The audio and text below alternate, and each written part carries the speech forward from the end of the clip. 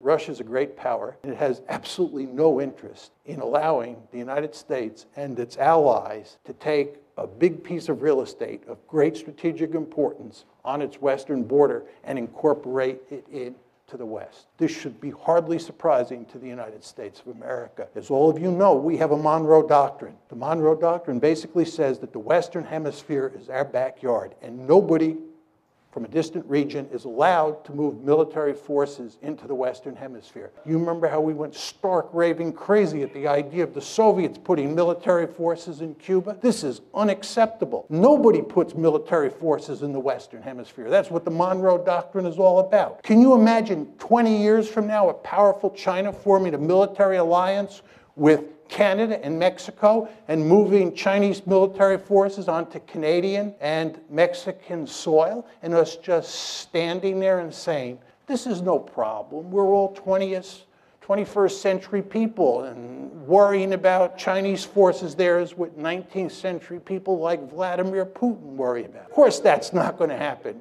We're going to maintain the Monroe Doctrine with regard to China just as we did with the Soviet Union during the Cold War. So nobody should be surprised. And by the way, they told us, but we did not stop our efforts to make Ukraine part of the West. And the Russians responded. Was it surprising?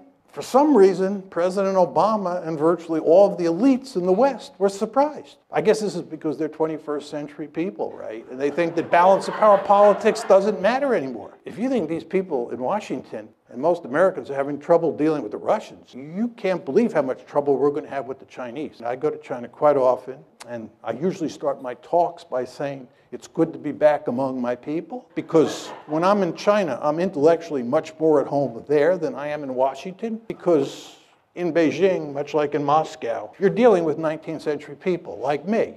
Whereas in Washington, you're dealing with 21st century people. I think the Chinese are going to eat our lunch.